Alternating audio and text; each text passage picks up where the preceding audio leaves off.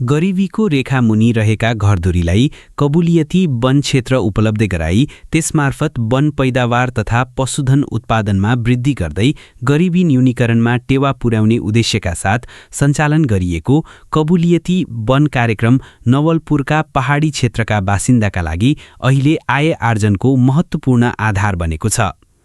कुनै समय उजाड, बाँझो र प्रयोगविहीन झाडीले ढाकिएका पहाडी भूभागहरू अहिले अमृसो खेतीका कारण हरियालीले भरिएका छन्।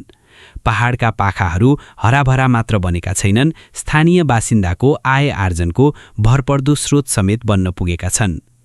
नवलपुरमा हाल 181 वटा कबुलियती वन रहेका छन्। यी वनमा आबद्ध स्थानीय समुदायले वनको संरक्षणसँगै आय आर्जन पनि गर्दै आएका छन्। डिभिजन वन कार्यालयले आवश्यक प्राविधिक सहयोग, क्षमता अभिवृद्धि तथा विभिन्न कार्यक्रम मार्फत उनीहरूलाई निरन्तर सहयोग गर्दै आएको छ।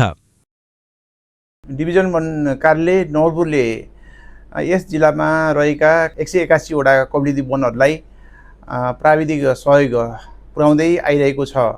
गरिबीको रेखामुनि रहेका जनतालाई जीविकोपार्जनमा सुधार पुर्याउने र वनको हैसियतमा अभिवृद्धि गर्ने साथै पर्यावरणीय सन्तुलन कायम गर्ने सन्दर्भमा कबुलियती वनको चाहिँ अहम भूमिका रहिआएको छ। फोक्सिङ कबुलियती वन, हुसेकोट 6 लगायतका कबुलियती वन उपभोक्ता समूहले यो जीविकोपार्जनको रूपमा अमृसोको चाहिँ आय आर्जनलाई यसमा महत्त्वपूर्ण आयामको रूपमा लिएको पाइन्छ।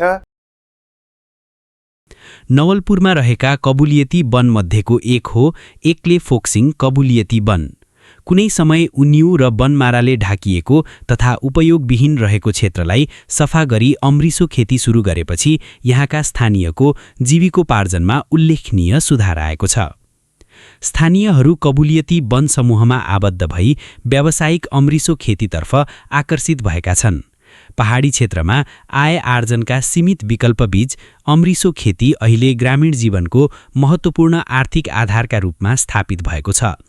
16 वर्ष अगाडि यो ठाउँमा नाङ्गो डाँडा, उन्यु, वनमाराहरू भयो, त्यसलाई चाहिँ हामीले सफा गर्ने कार्यक्रम भयो। अमृसोको बिरुवाहरू ल्याएर रोपेपछि हामीले गोडमेल गर्दै जाँदाखेरि पछि त्यसले चाहिँ अब उख्लेर अनि त्यसलाई चाहिँ बेच्ने क्रममा यसबाटै किसानले खेतीबाटैबाट पनि खान नपुग्ने भएपछि यसबाट 6 महिना हामीलाई चाहिँ जीविकोपार्जन गर्नेमा सहयोग भयो। अनि खेतीपातीबाट 6 महिना यो अमृसो बेचेर 6 महिना त्यसरी गरेर हामीले गुजारा चलाइरह्यौँ र विद्यार्थीहरूलाई फिस तिर्न पनि हामीलाई सहयोग मद्दत पुग्यो।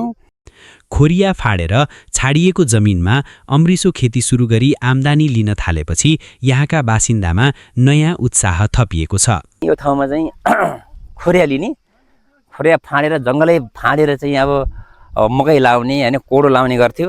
अनि त्यसपछि त उनीहरूले हैन यो हाम्रो लोसे हो दिन्न हामीले त भन्न पनि लाग्यो है। त्यो सरकारको जग्गा हुन त आफ्नै जस्तो गराउने है। त्यो बेलामा भयङ्कर विवाद पनि भएछ, झगडा भयो, दुनियाँ भयो। अनि लास्टमा चाहिँ अब छलफल गर्दा गर्दा त्यो निचोडमा आयो र पछि चाहिँ यो अमृसो लाउने, कुचो लाउने कुरा भयो। लाइसकेपछि मान्छे चाहिँ कस्तो भयो भने अब पछि त एकदमै खुसी गर्न थाल्यो।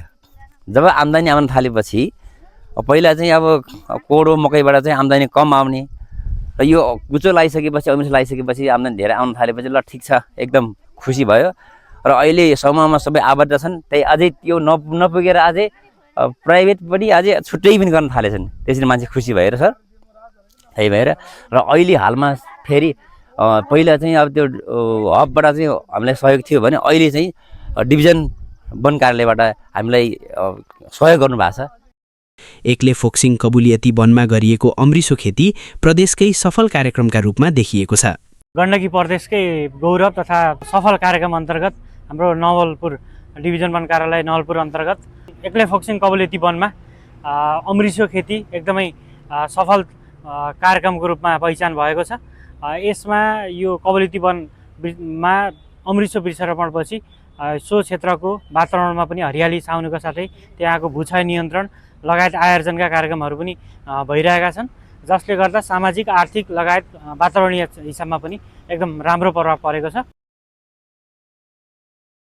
हैसियत बिग्रिएका वनहरूको पुनःस्थापना गर्दै सीमान्तत्रिप समुदायको जीवनस्तर सुधार गर्न, वनजन्य पैदावारको अभिवृद्धि गर्न तथा पर्यावरणीय सन्तुलन कायम राख्न कबुलियती वन कार्यक्रम प्रभावकारी बनेको छ।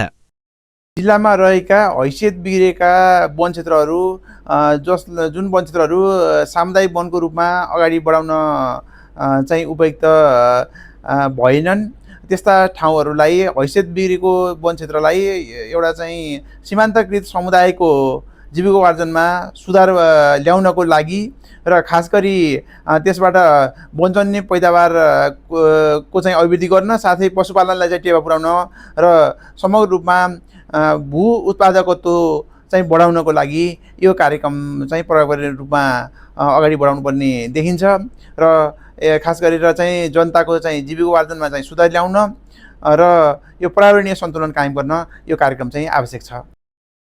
एक्ले फक्सिङ कबुलियती वनमा गरिएको अमृसो खेतीले विशेष गरी महिलाहरूलाई आर्थिक रूपमा सशक्त बनाउन महत्त्वपूर्ण भूमिका खेलेको छ।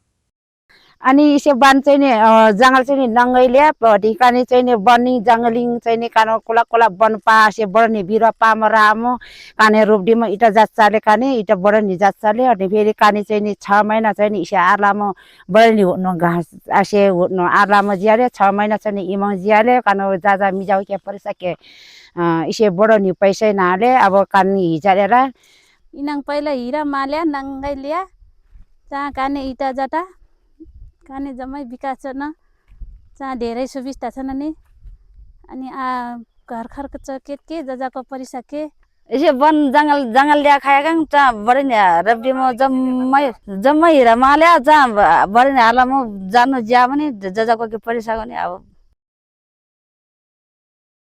अमृसो बिक्रीबाट प्राप्त आम्दानीले घर खर्च व्यवस्थापनमा सहयोग पुगेको छ। कुचो उत्पादनसँगै अमृसोबाट प्राप्त घाँस पशुपालनका लागि उपयोगी बनेपछि यहाँका स्थानीय बाख्रा पालन तथा अन्य पशुपालन व्यवसायतर्फ समेत आकर्षित भएका छन्। यसरी कबुलियती वनमा गरिएको अमृसो खेतीले आम्दानीका बहुआयामिक अवसरहरू सृजना गरेको छ। वन संरक्षण, वातावरणीय सन्तुलन, आर्थिक सशक्तिकरण तथा जीविकोपार्जन सुधारका दृष्टिले एक्ले फक्सिङ कबुलियती वन समूह अन्य समुदायका लागि समेत अनुकरणीय उदाहरणका रूपमा स्थापित भएको छ।